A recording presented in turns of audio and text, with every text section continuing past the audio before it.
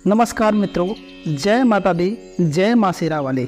हे माता रानी, आपके जितने भी सच्चे भक्त हैं, श्रद्धालु हैं, आप सभी के मनोकामनाओं को पूर्ण कीजिएगा। दोस्तों, नवरात्रि के वक्त जब आप कलश स्थापना करते हैं उस समय ज्वारे को आप लगाते हैं। तो दोस्तों, आज हम ज्वारे को लेकर के सारी जानकारी आपको बताएंगे। दोस्तों, ज्वारे को जब आप लगाते हैं तो नवरात्रि के 9 दिन के बाद जब माता जी का विसर्जन होता है तो साथ में ज्वारे को भी विसर्जित कर देना चाहिए या कुछ उसमें से बचा के रखना चाहिए। दोस्तों, हम आपको बता दें कि ज्वारे में छिपा है आपकी किस्मत का राज। तो दोस्तों, आइए हम जानते हैं ज्वारे में क्या डाल दें, ज्वारे क्यों सूख जाते हैं। आइए जानते हैं सारी संपूर्ण जानकारी है इस वीडियो में। दोस्तों, नवरात्रि में ज्वारे के बिना माँ दुर्गा की पूजा को अधूरी माना जाता है। दोस्तों, इसके पौराणिक कथा है। इस सारी जानकारी आज की इस वीडियो में आपको जानने के लिए मिलेगा। दोस्तों, वीडियो को शुरू करने से पहले अगर आप माता जी के सच्चे भक्त हैं, अगर आप माता जी को सच्चे मन से मानते हैं, पूजा पाठ करते हैं, तो दोस्तों कमेंट बॉक्स में जय माता दी, जय माँ लक्ष्मी जरूर लिख दीजिए। दोस्तों, अगर आपके मन में कोई प्रश्न है तो उसको आप कमेंट बॉक्स में हमसे पूछ सकते हैं, हम रिप्लाई करके आपको उसका जवाब दे देंगे। और दोस्तों, चैनल पर नए हो तो चैनल को सब्सक्राइब जरूर कर लीजिएगा, क्योंकि हम ऐसे ही सनातन धर्म पूजा पाठ से संबंधित वीडियो लाते रहते हैं। दोस्तों, शास्त्रों के अनुसार जौ को भगवान ब्रह्मा का स्वरूप माना जाता है। इसलिए जब भी नवरात्रि की आरंभ होता है और हमारे हिंदू सनातन धर्म के जितने भी लोग हैं अपने अपने घरों में घट की स्थापना करते हैं, कलश की स्थापना करते हैं, तो सबसे पहले जौ की भी पूजा की जाती है। घट स्थापना करते वक्त सबसे पहले जौ की पूजा की जाती है। साथ ही जौ को कलश में भी स्थापित किया जाता है। दोस्तों, सृष्टि की पहली फसल जो है जौ को ही माना जाता है।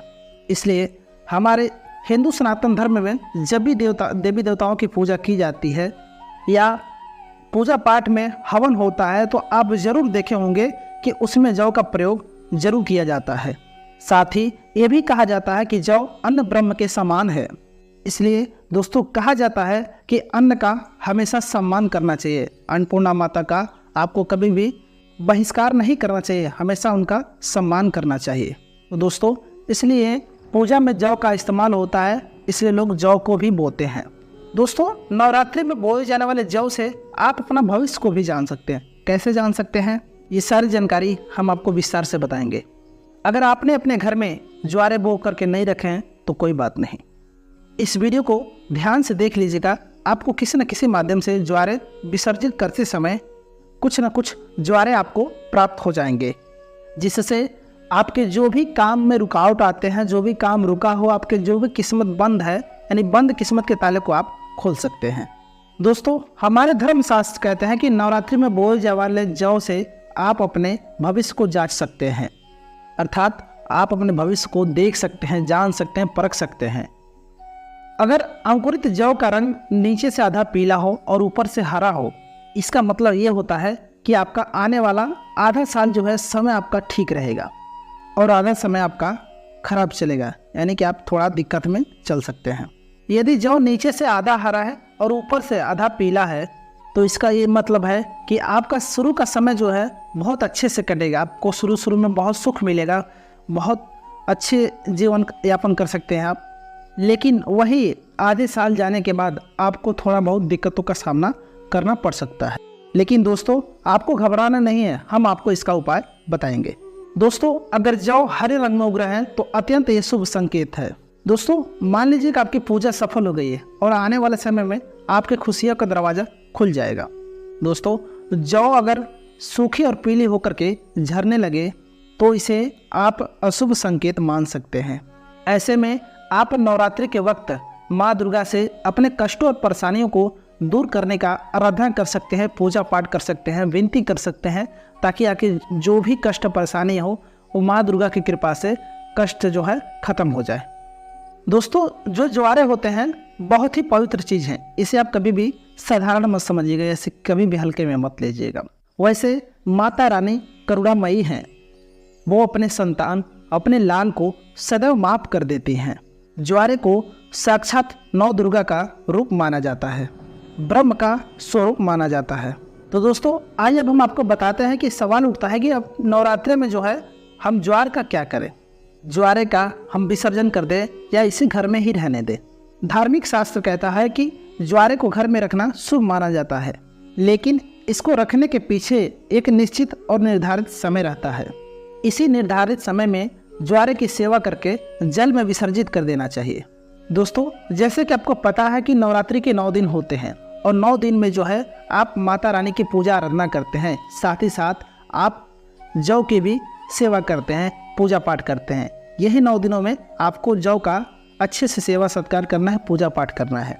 उसके बाद आपको 9 दिनों के बाद इसे जल में विसर्जित कर देना चाहिए, क्योंकि शक्ति को शक्ति के साथ मिलाना जरूरी होता है। तो जल को गंगा शक्ति कहा जाता है और ज्वारे को श्री शक्ति कहा जाता है, अर्थात लक्ष्मी शक्ति, दुर्गा शक्ति कहा जाता है। इसलिए जब श्री शक्ति को हम जल शक्ति और गंगा शक्ति को भेंट करते हैं तो ये गंगा शक्ति में जा करके मिल जाती है। दोस्तों, एक उदाहरण हम आपको बता रहे हैं। जिस प्रकार हमारा शरीर जो होता है वो पंच तत्व में विलीन हो जाता है, उसी प्रकार ज्वारे भी पूर्ण प्रकार शक्ति के साथ अपने अष्टभुजा दुर्गा स्वरूप में शक्ति में मिल जाता है। तो दोस्तों, ज्वारे जो है नवरात्रि के 9 दिन अखंड ज्योति जलने के कारण, माँ दुर्गा के समीप में होने के कारण बिल्कुल ही ये जागृत और सिद्ध हो जाते हैं। तो ऐसे ज्वारे लोगों के दुख, परेशानी, कष्ट, विपत्ति, लोगों के सारी कष्ट परेशानियों को चुटकी में ख़त्म कर सकते हैं। तो आइए अब हम आपको बताते हैं कि ज्वारे से किस प्रकार हम अपने फूटी किस्मत को चुटकी में ख़त्म कर सकते हैं, अपने दुर्भाग्य को सौभाग्य में बदल सकते हैं और सभी प्रकार की जो आपकी मनोकामनाएं हैं, जो इच्छा हैं, आप उसे पूर्ण कर सकते हैं। दोस्तों, वीडियो को अगर आप मिस कर दिए तो आपको कोई भी जानकारी प्राप्त नहीं होगा। दोस्तों, जब भी आप ज्वारे को विसर्जित करते हैं, कुछ ज्वारे को जो है साफ पानी में, जहां आप विसर्जित करते हैं उसी पानी में कुछ ज्वारे को धो करके घर पर लेके आना चाहिए। क्यों लाना चाहिए? क्योंकि इसे श्री शक्ति का प्रतीक कहा जाता है। श्री शक्ति अर्थात इसे लक्ष्मी का स्वरूप माना जाता है। ज्वारे को हमेशा धन स्थान, व्यापार स्थान, तिजोरी, आपके जो भी धन के स्थान होते हैं, ऐसी जगहों पर आपको जरूर रखना चाहिए। इसके रखने मात्र से आपके बंद किस्मत के ताले खुल जाते हैं, आपके घर में आकस्मिक धन की प्राप्ति होती है। अचानक जो है आपके घर में धन आना शुरू हो जाएंगे और इतना धन आएगा जितना कि आप सोचे नहीं होंगे। आप सोचेंगे हमारे घर में कैसा चमत्कार हो गया है। अगर आप ऐसा करते हैं तो आकस्मिक धन की प्राप्ति आपको जरूर होगा। दोस्तों, अगर आपका कोई भी कारोबार है, अगर चल नहीं रहा है, बहुत दिनों से आप परेशान हैं, कारोबार में वृद्धि नहीं हो रही है, जो भी है जस के तस पड़ा रहता है, आप बहुत दिनों से परेशान हैं, बहुत उपाय करके थक चुके हैं, तो आप ऐसी अवस्था में जो है आप ज्वारे के कुछ पत्ती को अपने कार्य वाले स्थान पे, अपने जो रोजगार हैं, जो बिजनेस है, उस जगहों पे अगर आप इसके पत्ती को रख देते हैं तो आपके सारे समस्या जो है हल हो जाएगा। आपका रोजगार, आपका व्यापार, आपका जो भी कामकाज है बहुत अच्छे से चलेगा और आपके घर में धन धान की कभी कमी नहीं होगी। दोस्तों, इस ज्वारे को अगर पीले वस्त्र या लाल वस्त्र में ऊपर से मौली धागा से बांध करके इसे धन वाले जगह पर रखा जाए तो इससे कभी भी आपको पैसों की कमी नहीं होती है, क्योंकि ये श्री शक्ति के कारण ये जागृत हो जाते हैं।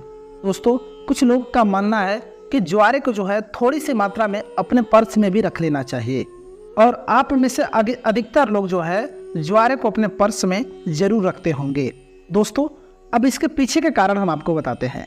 जिस प्रकार धन की जगह पर रखने से ये धन की कमी नहीं होने देता है, उसी प्रकार अगर आप इसे अपने पर्स में रखते हैं तो आपके पर्स में कभी भी पैसों की कमी नहीं रहेगी। आपके पर्स में आप कितना हो पैसा खर्च करेंगे तो भी आपके पर्स में हमेशा पैसा भरा रहेगा, कभी आपके पर्स में पैसे की कमी नहीं होगी, क्योंकि पर्स को जो है लक्ष्मी स्थान कहा जाता है, धन का स्थान भी कहा जाता है।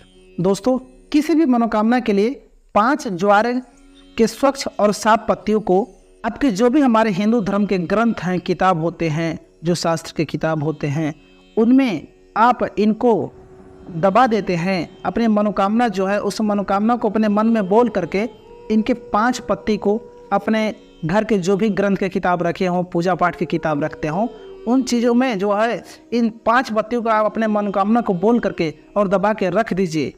तो माता दुर्गा की कृपा से, माता भगवती की कृपा से कुछ ही दिनों में आपका वो कार्य पूर्ण हो जाता है। लेकिन दोस्तों, जब भी ये उपाय करेंगे आपको गुप्त रखना है, इसके बारे में आपको किसी को भी बताना नहीं है। ये अपने अकेले में अपने खुद से जो है साफ पत्ती को लेना है, 5 पत्ती को उसको अच्छे से धो के साफ करके आपको ग्रंथ में, किताबों में जो भी है इसमें रख के अपने मनोकामनाओं को बोल देना है।